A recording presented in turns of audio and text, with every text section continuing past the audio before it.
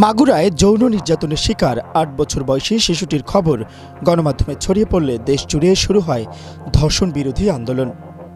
রাজনৈতিক থেকে সামাজিক অঙ্গনের সবাই সোচ্চার হন বিচারের দাবিতে। তবে এই আলোচিত ঘটনার মধ্যে একটু লক্ষ্য করলে দেখবেন ইদানিং ধর্ষণের শিরোনামে খবরগুলো বেশি চোখে পড়ছে। বাংলাদেশের প্রেক্ষাপটে আসলে ধর্ষণের সংজ্ঞা কি? কতদিনে নিষ্পত্তি হয় এই মামলা? বাংলাদেশে ধর্ষণ মামলার বিচার হয় 1860 সালে প্রণীত দণ্ডবিধি অনুযায়ী, আর দণ্ডবিধির 375 নম্বর ধারাতেই ধর্ষণের সংজ্ঞা দেওয়া হয়েছে।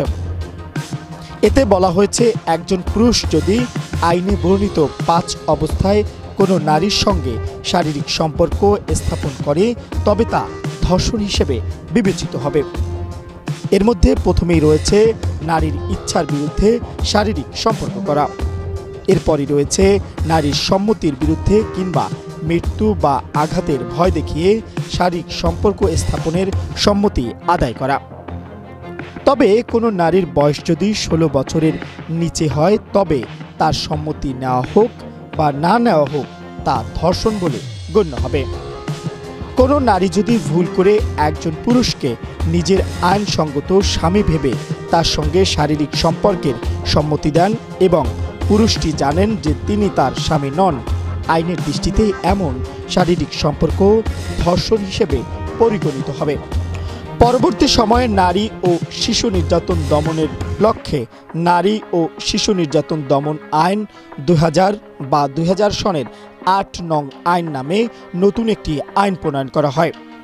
এই আইনের 9 এর 1 নং ধারায় ধর্ষণের অভিযোগ প্রমাণিত হলে মৃত্যুদণ্ড বা যাবজ্জীবন সশ্রম কারাদণ্ডের বিধান করা হয়।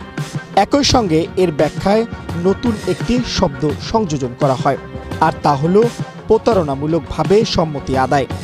ব্যাখ্যায় বলা হয়েছে, যদি কোনো পুরুষ বিবাহ বন্ধন ব্যতীত 16 বছরের অধিক বয়সের কোনো নারীর সহিত তার সম্মতি ব্যতিরেকে বা ভীতি প্রদর্শন বা প্রতারণামূলকভাবে তাহার সম্মতি আদায় করেন, তাহা হইলে তিনি উক্ত নারীকে ধর্ষণ করিয়াছেন বলে গণ্য হইবেন। অর্থাৎ দণ্ডবিধি 1860 এর 375 ধারায় উল্লিখিত 5টি বিষয়ের মধ্যে যেখানে ধর্ষণের সংজ্ঞা সীমাবদ্ধ ছিল তা এখন আর বিস্তৃত রূপ নেয় এবং কোনো নারীর সঙ্গে প্রতারণা করে শারীরিক সম্পর্ক স্থাপনের বিষয়টিও এতে সংযুক্ত হয়। বাংলাদেশে একের পর এক ধর্ষণের ঘটনায় দেশজুড়ে চলমান প্রতিবাদ ও বিক্ষোভের মধ্যেই ধর্ষণ মামলার বিচার কাজ দ্রুত শেষ করার জন্য বিদ্যমান আইনে পরিবর্তন এনেছে অন্তর্বর্তী সরকার।